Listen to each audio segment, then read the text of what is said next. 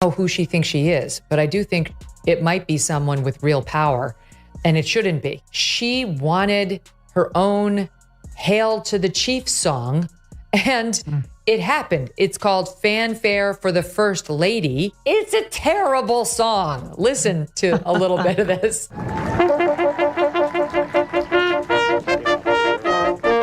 The point is her ego. Her ego is out of control. What happens when the queen of political spin finally loses her grip? Picture Hillary Clinton losing it as Megyn Kelly pulls secrets straight out of an already packed closet. This isn't normal politics anymore. It's a fast-moving crash you can't look away from. Truths spill out. Tempers flare. Egos slam into each other. Think the scandals are finished? Not even close. This is the sequel.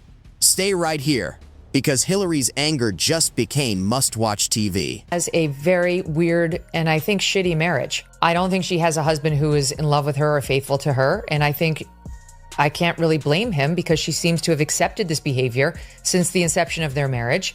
And so past this prologue, you're going to get what you tolerate. You know, what you permit, you promote. She spent all of her daughter's upbringing away, at work, at the law firm, in the White House, running for office, and Chelsea Clinton is not a nice person. Clinton has always presented herself like a political fortress. Solid walls, locked gates, perfectly polished windows, and a moat filled with excuses. For decades, she moved through scandals as if the normal rules didn't apply to her. Emails were just a minor tech problem. Shady connections were nothing more than misunderstood networking. Happening in America. You can feel it.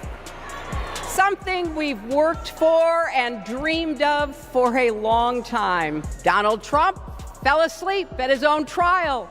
And when he woke up, he made his own kind of history. The first person to run for president with 34 felony convictions. Before we move on, smash that like button and subscribe because you know you don't want to miss this one. Her entire public image was wrapped in layers of bulletproof spin, like she truly believed people would eventually stop asking questions. Spoiler alert, they didn't. Enter Megyn Kelly, the media's version of a laser aimed straight at Hillary's darkest corners. Kelly doesn't ask soft questions, she throws truth grenades, and on this day, she came fully loaded. Classified appendix to Durham's report from May of 2023. Let's see. Reveals strong evidence that the FBI covered up a plot by the Hillary Clinton campaign to amplify ties between Trump and Russia. That the FBI covered up the plot. This is the new piece of it that's being dropped today because we knew Hillary did it. And Fox Digital had reported earlier this week that we were going to see this annex and it was going to suggest the FBI knew that she was going to do it and then covered it up. And that's where we're going now with this, that Kash Patel said he found the Durham appendix and thousands of other documents inside a burn bag in a secret room at FBI headquarters. Hillary was locked into her usual routine. Smiles that looked practiced in front of a mirror, talking points selected and polished smoother than marble. Then, Kelly showed up with receipts. The moment turned into pure TV gold. You could almost hear Hillary's political armor grinding and screeching as the first cracks started to appear. Different ballgame today than it was even 4 years ago, never mind 8 or 10 years ago when she was doing all this. And back to Hillary, you know, the whole, she has a hat she's tweeted herself out wearing, but her emails. She's tried to turn it into this ridiculous joke, like, oh, but the moon landing, like you nutcases who are still railing about this made up scandal, this thing that, you know, you've used to try to unfairly tar me. She did need to distract from that email scandal. And she didn't just peel back a layer of spin.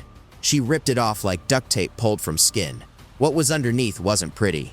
Dirty secrets started spilling out, and Hillary's composure collapsed faster than a house of cards in a wind tunnel. It felt like watching a carefully stacked Jenga tower get knocked over by the world's most relentless toddler. Should be in jail. Literally, Hillary Clinton should be behind bars. And so should the people who worked for her who did this. This is so blatantly corrupt. She wanted to distract from her email scandal. She cooked up a plan to accuse Trump of being a Russian agent. in order to distract from her own legitimate scandal. She made up a scandal about Trump being a Russian asset. First, Hillary went straight to her usual playbook: deflect, dismiss, and dance around the question like a lawyer in a courtroom drama. But Megyn Kelly wasn't there to play friendly interviewer. She showed up as judge, jury, and demolition crew. Each fact hit like a hammer, one after another. Hillary didn't just lose her cool, she blew it. The woman who once bragged about being battle-tested went nuclear under the studio lights. Her voice tightened, her face flushed red. Suddenly, she looked less like a seasoned stateswoman and more like a malfunctioning robot, short-circuiting in real time. If you squinted, you could almost see sparks flying. The meltdown was something to behold. Picture a pressure cooker left too long on high heat, steam shooting in every direction, the lid rattling, then a loud pop that leaves the kitchen a total mess. And this wasn't over nothing. We're talking about the murky business deals that always seem to follow her career, like storm clouds that never move on. The questionable alliances that make you wonder if her political calendar was set by an ethics committee or an underground poker club. You know, the kind of details that make regular people shake their heads and ask how she managed to get away with it for so long. Speaking of Hillary, her op-ed, which is really pretty spectacular in the New York Times. First of all, my team just showed me this. Have you seen the cover for her new book? It's something lost, something gained. Gained is with a Freudian slip. And like the amount of retouching on this face I haven't seen since, Joan Rivers had her 15th surgery. God love Joan. I don't know what she's trying to be with this soft focus. My executive producer, Steve Krakauer, is like, she looks nothing like herself. She laid it out like a prosecutor building a case, and Hillary had nowhere to hide. Suddenly, all those carefully practiced sound bites felt worn out. Every attempt to pivot looked forced, like a comedian bombing on stage and desperately changing the subject mid-joke. And the angrier she got, the more entertaining it became. Here's the thing. When most people get called out, they either defend themselves calmly or step back and regroup. Hillary doesn't do that. She goes full supernova. Her move wasn't to defuse the bomb, it was to burn the whole building down with herself still inside. She fired off accusations, excuses, and barely hidden jabs, none of them landing with any real impact. The more she flailed, the tighter Megyn Kelly turned the screws, calmly delivering hit after hit while Hillary's meltdown climbed to cartoon levels. And then came the best part, the public reaction. People watching at home weren't just entertained. They were glued to their screens like it was the season finale of a show they didn't even realize they were following. Social media exploded within minutes. Memes and clips spread everywhere. One moment she was the untouchable political machine. The next, she was trending for all the wrong reasons. I think really is just sort of getting along based on the family name at this point. And so now she's got a daughter who I guess married a rich guy but is struggling in her own right. Hillary's in a loveless marriage. She probably doesn't have a lot of real friends, just people who are glamours. And so she absolutely does have to write a fifth memoir and go on MSNBC and be told that she's amazing and that she matters. Here's the delicious irony. Hillary spent her entire career trying to control the narrative. Yet the harder she fought for control in this moment, the faster it slipped through her fingers. It was like trying to hold water in a clenched fist. The tighter the grip, the less remained. By the end, Megyn Kelly was standing tall, almost glowing with victory, while Hillary looked like the star of a viral blooper reel. But this wasn't just one embarrassing meltdown. The secrets that spilled that day didn't stay buried. They had legs. They raised fresh questions about her entire political legacy and reopened old wounds she hoped the public had forgotten. It felt like a slow-moving spotlight sweeping across a stage, forcing the main character to squirm in full view. Hillary's outburst was the sound of decades of spin finally crashing into reality. When it was over, she wasn't just embarrassed, she was politically gutted. What remained was the image of a woman who, despite all her experience and polish, couldn't withstand one relentless round of truth. Megyn Kelly didn't just win the exchange. She tore down a myth and delivered a television moment so chaotic, so revealing, it cemented itself in political infamy. Dream of going up to her and sitting down next to her, taking her in my arms and saying, "Look at me, listen to me. You will survive. You will have a good family of your own and 3 children.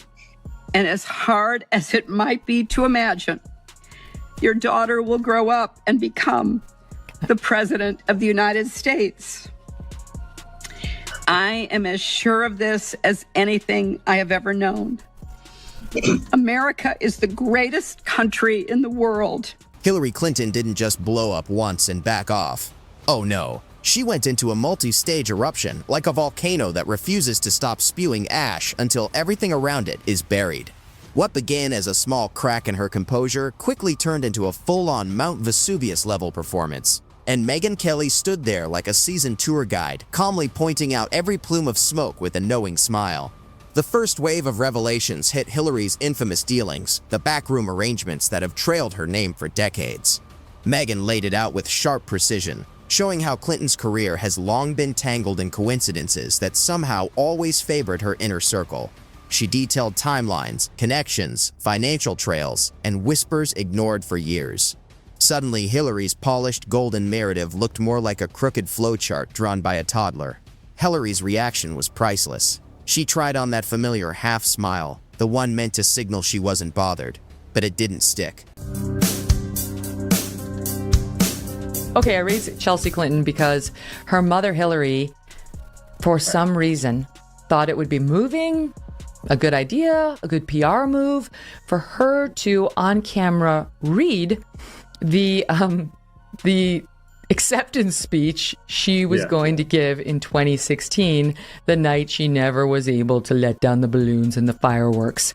And it's part of a masterclass, I guess, educational video on the topic of resilience.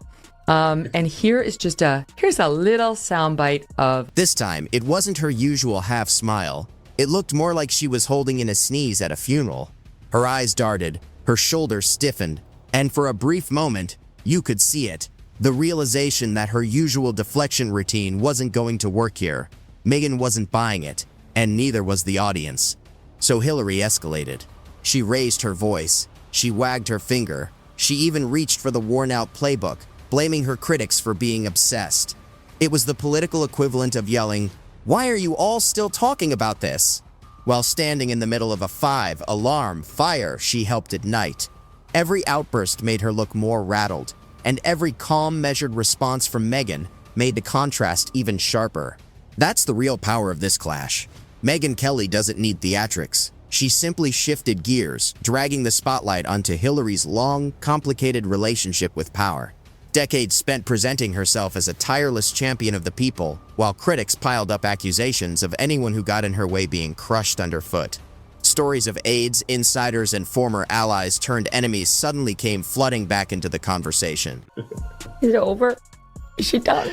I'm so uncomfortable. I don't know about you, but that speech makes me, I relive that same night that Trump got elected, man. It makes me feel so good when I hear that. I'm, the kids say cringe. It's very cringy, the whole thing.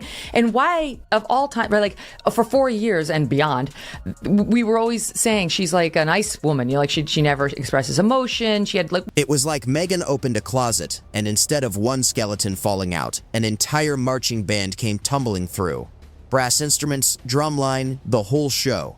Every detail was a reminder that Hillary's career wasn't built on warm hugs and sunshine. It was built on elbows thrown in the dark and ladders climbed over other people's backs. Hillary hated every second. She squirmed. She interrupted. She rolled her eyes. Anything to claw back a sense of control. But control had already left the building. The more she tried to downplay the accusations, the clearer it became that Megyn had hit a nerve. She resorted to the old tactic, framing the questions as unfair, biased, or part of some grand vendetta. Here's the problem. When someone calmly lays out your biggest controversies, like a Spotify playlist, playing the victim doesn't land.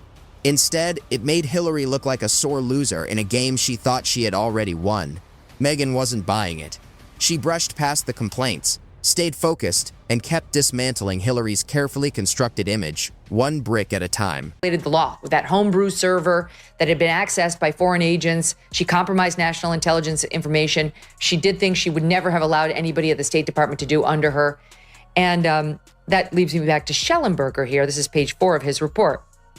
He writes as follows: the Russian reports, again, that the Dutch spied on, that we got our hands on, also claimed, and listen to this. I mean, you probably already know this stuff, Glenn, but claimed that Attorney General Loretta Lynch, okay, this is back in 2016, people, remember, Obama's president. Loretta Lynch is his Attorney General.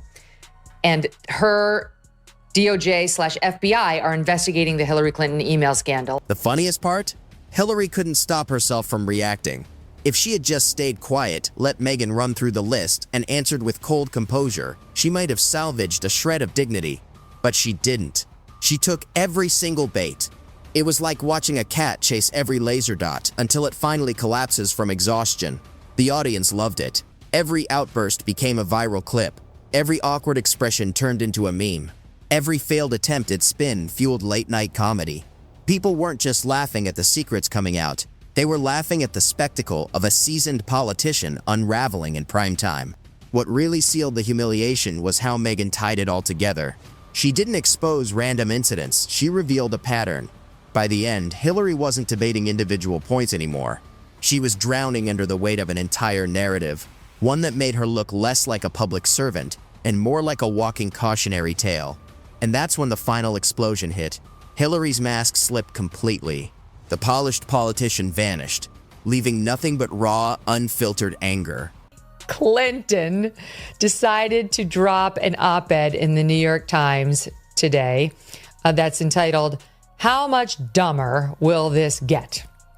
And she uses Signalgate and the messaging by Pete Hegseth and Mike Walls and JD Vance and Tulsi and others on there as the jumping off point to talk about how dumb the Trump administration is.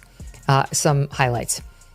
She calls the Trump administration hypocritical, dangerous, and dumb over this story. It's not the hypocrisy that bothers me, it's the stupidity. She leaned forward, snapped back with venom, and unleashed a tirade that could peel paint off the walls. But instead of intimidating Megyn, it only proved the point. Here was a woman so buried in her own scandals, so allergic to accountability, that even the slightest hint of truth sent her spiraling. This wasn't strength. It was a leadership. It was pure desperation. Megyn Kelly, meanwhile, barely blinked. She let Hillary rant, let her roar, and then, calmly, she delivered one final jab that wrapped the entire spectacle into a perfect mic drop moment. No yelling, no theatrics, just a clean, surgical strike that left Hillary looking like she'd been knocked out in the first round, yet somehow still staggering around, insisting she was fine. The fallout was instant. Hillary walked in hoping to control the narrative, but instead, she handed her critics the perfect gift: live footage of herself imploding under pressure. Megyn Kelly didn't just expose dirty secrets. She ripped away the illusion of control Hillary had clung to for decades. The aftermath wasn't just a bad headline. It was a full-blown career migraine. By the time the dust settled, her team was scrambling, desperately trying to spin the wreckage into something that even faintly resembled dignity. Mind though, like the air toucher, the retoucher deserves a huge raise. This is a much more soft, welcoming, friendly, I suppose, Hillary. Although again, to self-awareness, something lost, huh? I wonder what that was. Really, right. You know. The woman who wrote a book called What Happened, like marveling over all the external forces that could have caused her loss in a presidential election that was handed to her on a silver platter. And then you get into this op-ed, which again is just remarkable for what's in there. She has a paragraph in there about all the prep she did. You can't polish a train wreck. The footage was everywhere. Hillary unraveling, Megyn Kelly calmly slicing through her defenses like a hot knife through butter. It was the kind of viral moment no PR statement could ever erase. What made it even funnier was the public reaction. For years, people had been told Hillary was untouchable, a political titan, a chess master, always 5 moves ahead. And there she was, flailing on live TV like a kid trying to explain why the dog ate their homework. Memes turned her into a human volcano. Late-night comedians sharpened their knives. Social media transformed her meltdown into a digital roast that refused to die. And the real genius wasn't in shouting her down. No, it was in letting Hillary do all the work herself. The bigger picture was brutal. This wasn't just one bad night. It was a reminder of why she's never fully escaped the baggage of her past. Every scandal, every questionable decision, every whispered rumor rushed back to the surface. It wasn't just Meghan exposing her, it was history refusing to stay buried. They banked on the intel agencies working with her to perpetuate this lie, and it appears they were only too happy to assist. That's what this scandal's about. Pieces of it we knew. New pieces are coming in by the day thanks to these declassifications. And it's downright shocking. Do not believe that there's no there there. The people who are saying that are wrong. They're wrong. What just broke today, like moments before we came to air, we're still getting our arms around it, was obviously provided to Michael Schellenberger before 2 minutes ago. The irony couldn't be clearer. Hillary's entire career was built on controlling the narrative. Yet the harder she tried to steer this moment, the faster it slipped through her fingers. That explosion didn't show strength or resilience. It looked like someone cracking under the weight of their own secrets. By the end, the message was undeniable. Hillary Clinton didn't just lose her temper. She lost the last shred of the untouchable image she had spent decades crafting. Megyn Kelly didn't just uncover dirty secrets. She revealed a deeper truth. Behind all the polish and preparation, Hillary was never as bulletproof as she wanted the world to believe. And that realization, that's the kind of truth bomb that lingers long after the cameras stop rolling.